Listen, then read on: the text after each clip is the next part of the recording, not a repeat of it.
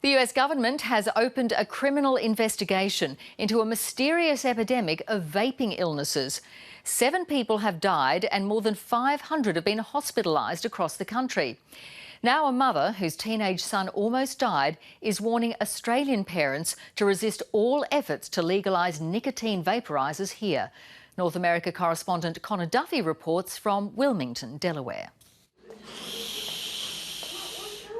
Vaping has become a target for investigators and doctors as they rush to find out why it's suddenly killing Americans. It's supposed to be safer than smoking.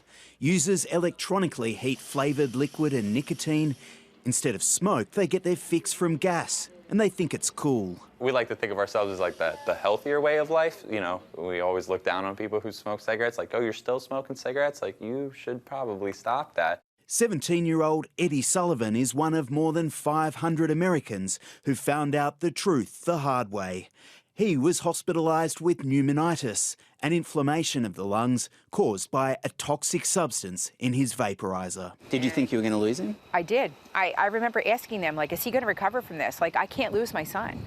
After weeks in hospital, Eddie is finally back home. His dreams of playing American football over.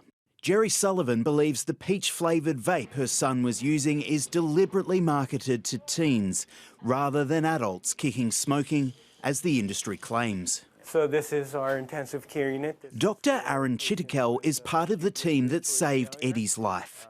Since then, he's saved 3 other teenagers, and he's upset a new generation is becoming hooked on nicotine. When you have no idea what the cause is, how do you treat that is a daunting question.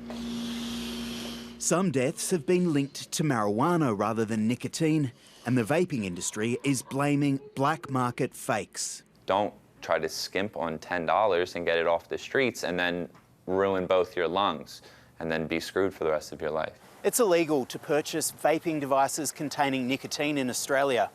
Consumers have to import the nicotine from China, New Zealand, or here in the USA.